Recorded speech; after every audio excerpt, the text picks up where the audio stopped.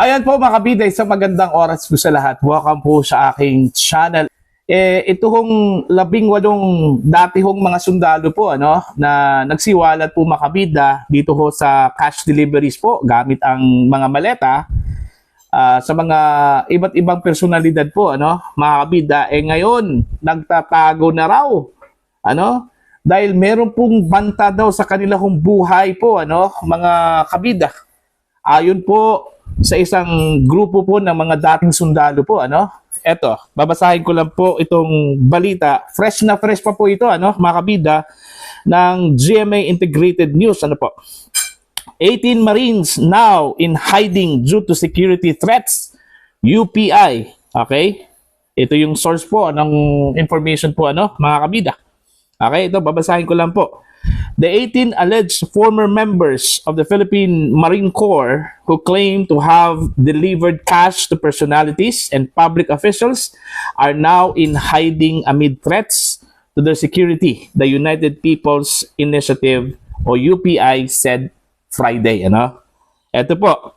Ito yung sinabi po ng UPI mga kabida, dahil sa security threat, kailangan nilang hindi maging visible lagi Yung word na nagtatago, yes, nagtatago sila.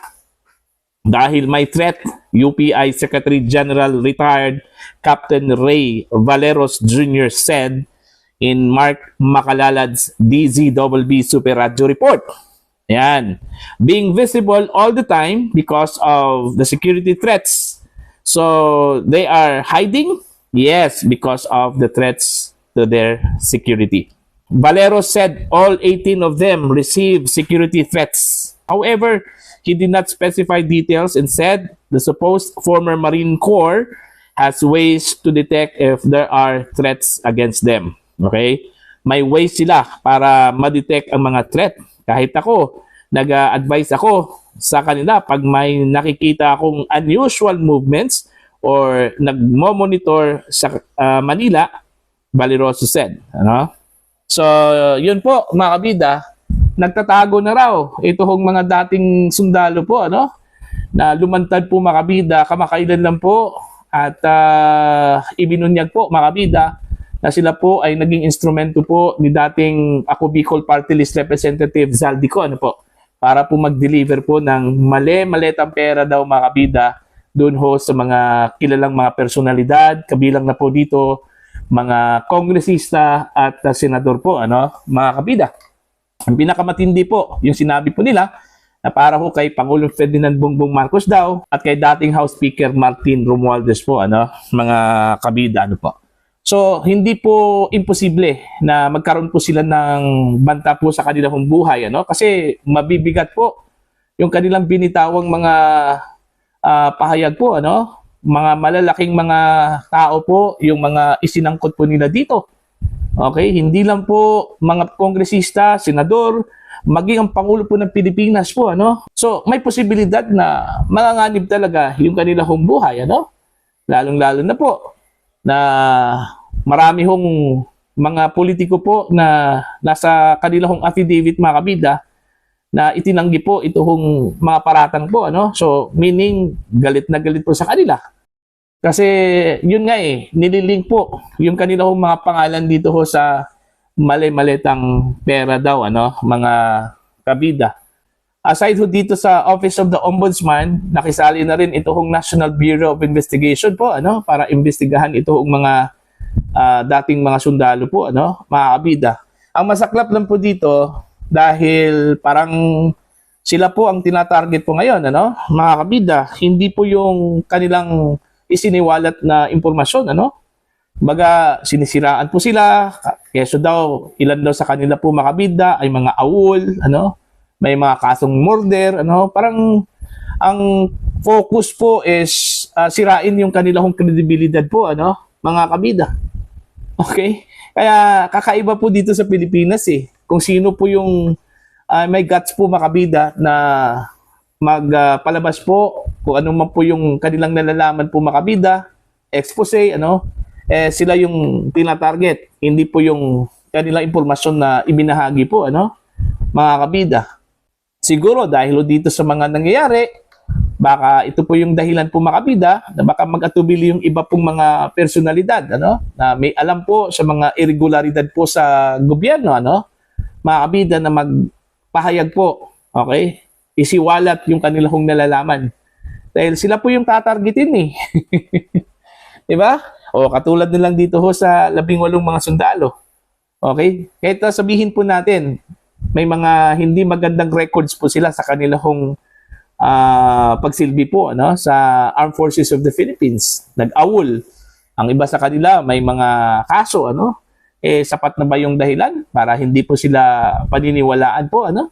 Kahit siguro yung pinakabantog na kriminal mga kabida, ano? Pwede hong magsasabi po ng totoo.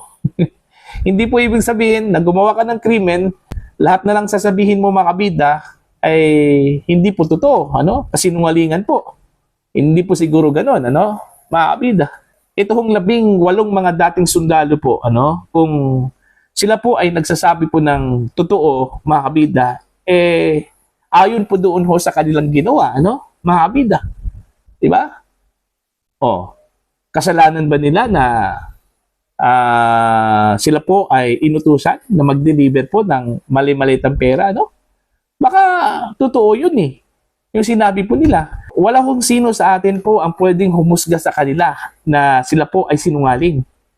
Okay? Maliban lang po siguro kung magkaroon po ng investigasyon, ano? Kaya nga marami hong mga nananawagan po, ano, na dapat imbestigahan itong isiniwalat po ng 18 mga dating sundalo, ano, mga kabida. Yang nangyari po ngayon, yung mga sundalo na po o dating sundalo na po ang iniimbestigahan, hindi po yung kanilang isiniwalat po, ano. Baliktad eh. Diba? Dapat po yung kanilang ibinulgar, yun yung dapat imbestigahan kung gaano po katotoo yun. Ano? Mga kabida, kung sila ba ay nagsasabi po ng totoo, paano ho nangyari yun, ano? Mga kabida, sino ba talaga ang nag-utos sa kanila, saan po nanggaling yung pera, ano? Kasi isa po sa mga malaking tanong po dyan, ano, dito sa kanilang ibinulgar po, saan po nanggaling ang pera? Okay? Kung ang nag-utos sa kanila si Zaldico, pera ba yon ni Zaldico, mga kabida, o pera po ng taong bayan? Ganun lang po yun, kasimpol, ano? Okay? Kaso lang po, parang nakafocus po yung investigasyon dun ho sa yung kanilang pagiging awol, okay? Yung kanilang mga kaso. Ganun po ba yun? Di ba? So, ikaw mismo, mag-aalangan talaga, ano, na magsabi po ng katotohanan sa mga nalalaman mo, ano, kasi ibabaling sa inyo yung investigasyon eh. Okay? Kaya itong 18 mga dating sundalo ngayon, since nasisense po nila mga kabida na meron pong banta po sa kanilang buhay, kaya yon nagtatago, ano? Katulad na lang po sa nangyari po kay dating Marine Sergeant Orly Gutesa, no? Bigla na lang pong naglaho po mga kabida. Matapos pong mag-testify doon ho sa Senate Blue Ribbon Committee, ano? Porque hindi po siya pinaniniwalaan po, okay? Sinira yung kanyang kredibilidad po, ano, mga kabida. So hindi na po nagpakita. Kasi ano bang silbi kung magpapakita po siya na ayaw hong maniwala po yung mga senador sa kanya, no? Okay? Mga kabida. Di ba? Pero believe lang po talaga ako dito sa mga dating sundalo po na kabilang dito ho sa Brave 18, ano? Kahit na alam po nila mga kabida na makabalikan po sila dito sa kanilang mga ginawa, nanindigan pa rin, ano? Okay? Walang bumitaw. Okay? Kumbaga, all for one, one for all yung kanilang motto dito, ano? Okay? Sabi nga nila handa daw silang mamatay dito sa kanilang ipinaglaban po, ano? Mga kabida. Diba? So kahit na po handa po silang mamatay, pero kailangan po nilang magtago. Diba? Paano po nila mabigyan po ng justice kung meron na pong mangyayari po sa kanila, no? Mga kabida. So, normal talaga. Kung meron pong death threat, okay, security breach po, ano, mga kabida, sa kanila, kailangan talaga nilang magtago, ano? Okay? Yun yung malaking problema ngayon ng gobyerno kung saan po sila hahanapin. Alright? Kung ang National Bureau of Investigation ho, nag-conduct po ng investigation po ngayon kasi sinumpi na kasi sila mga kabida. Kung sila po ay nag-conduct po ng investigasyon, so problema po nila ngayon ito, saan po nila hahanapin itong 18 mga dating sundalo. Alright?